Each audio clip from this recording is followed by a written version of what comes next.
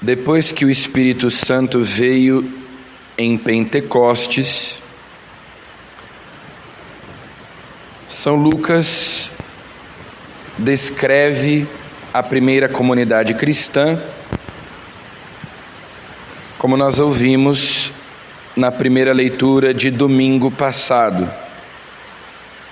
Ele dizia que os primeiros cristãos perseveravam na doutrina dos apóstolos, na comunhão fraterna, na fração do pão, que eles frequentavam o templo diariamente, que repartiam entre si os seus bens, etc. E ontem, depois que Pedro e João foram postos em liberdade, nós dizíamos que São Lucas relata uma espécie de novo Pentecostes. Novamente vem o Espírito Santo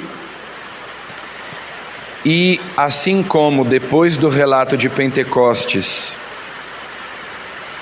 nós temos um retrato da primeira comunidade cristã, aqui também, depois da vinda do Espírito Santo sobre eles, mais uma vez São Lucas descreve a realidade dos primeiros cristãos com palavras semelhantes. E ele diz que a multidão dos fiéis era um só coração e uma só alma. Portanto, havia comunhão entre eles, porque o amor de Deus tinha sido derramado nos corações deles. Por isso ninguém considerava como próprias as coisas que possuía, mas tudo entre eles era posto em comum. Ninguém passava necessidade. Aqueles que possuíam terras ou casas, vendiam-nas, levavam o dinheiro e colocavam aos pés dos apóstolos. Depois era distribuído conforme a necessidade de cada um. Então, Pentecostes costuma ser considerado o contrário de Babel, do episódio da Torre de Babel. Lá as línguas se confundiram.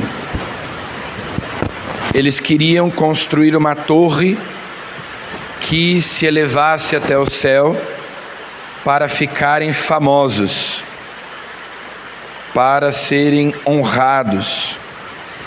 E ali onde cada um buscava os seus próprios interesses, ali onde reinava o egoísmo, as línguas se confundiram, ninguém se entendia mais.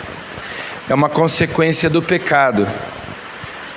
Nós rompemos a comunhão com Deus e logo já não nos entendemos uns com os outros, porque cada um vive para si mesmo, para satisfazer os seus desejos egoístas e já não se importa com os outros. Tanto que logo depois do relato da queda no livro do Gênesis, nós temos o episódio de Caim e Abel, aquele fratricídio, um irmão que mata o outro irmão por inveja. Quando vem o Espírito Santo é a comunhão, é o amor do Pai e do Filho. Então, o Espírito Santo não só nos faz amar a Deus, mas também faz com que nós nos amemos uns aos outros. Assim como o Pai me amou, assim também eu vos amei. O nome que se dá ao amor do Pai e do Filho é Espírito Santo.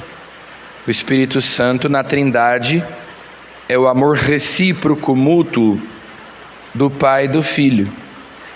Então, Jesus nos dá o Espírito Santo, derrama nos nossos corações o seu amor, e isso nos faz amar a Deus e nos faz necessariamente também nos amarmos uns aos outros, vencermos o egoísmo, vencermos a nossa indiferença em relação aos outros, buscarmos fazer a vontade de Deus, enxergar que o outro é filho de Deus, a imagem e semelhança de Deus, que Jesus morreu também pelo nosso próximo. Por isso é que a consequência de cada vinda do Espírito Santo sobre a comunidade cristã é que eles passam a se amar cada vez mais, é que há cada vez mais comunhão, eles são um corpo, o corpo místico de Cristo. A multidão dos fiéis era um só coração e uma só alma. Então, o próprio Jesus na última ceia disse para os discípulos: nisto reconhecerão que sois os meus discípulos, se vos amardes uns aos outros. Nisto todos saberão que vós sois os meus discípulos, que vocês se amem. Esse é o distintivo do cristão. A santidade nada mais é do que amar com perfeição. É a plenitude da caridade. E é por isso que nós sabemos que uma pessoa é movida pelo Espírito Santo, que uma pessoa é possuída pelo Espírito Santo, que o Espírito Santo habita nela e a move, a aconselha, a inspira. Não se ela fala em línguas, se ela profetiza, se ela realiza milagres, curas, mas se ela ama. Se existe no coração uma caridade ardente por Deus e pelos irmãos. Sem caridade, o próprio Jesus diz: muitos me dirão naquele dia: nós profetizamos em teu nome, expulsamos demônios, fizemos milagres, e eu direi para eles: não vos conheço, ide para longe de mim, vós que praticais a iniquidade e a maldade. Então, o Espírito Santo é a caridade, é o amor de Deus derramado nos nossos corações, e é isso que Ele realiza em nós, se nós nos deixamos conduzir por Ele. Vai dilatando o nosso coração e nos tornando capazes de amar. E São João nos lembra que quem diz que ama a Deus, a quem não vê, mas não ama o seu irmão, a quem vê, é um mentiroso, é um dissimulado, é falsa a sua religião, é falsa a sua fé. A fé opera pela caridade, como nos ensina São Paulo. A fé sem obras é morta, como nos ensina São Tiago. E é isso que Jesus quer dizer no Evangelho com nascer de novo, nascer do alto. Nós renascemos no batismo, e essa vida sobrenatural, a caridade infusa que Deus pôs no nosso coração, junto com a fé, junto com a esperança e as outras virtudes, os dons do Espírito Santo, todo esse organismo espiritual que nos foi dado no batismo, precisa amadurecer, crescer, se desenvolver, sempre rumo à santidade, sempre rumo a essa mais perfeita configuração com Cristo, que veio não para ser servido, mas para servir e dar a sua vida. Então, esta vida nova se manifesta justamente nesse nosso modo novo de pensar e de agir, nesse nosso modo novo de viver, seguindo o exemplo de Cristo, que nos amou até o fim, que nos amou e se entregou por nós.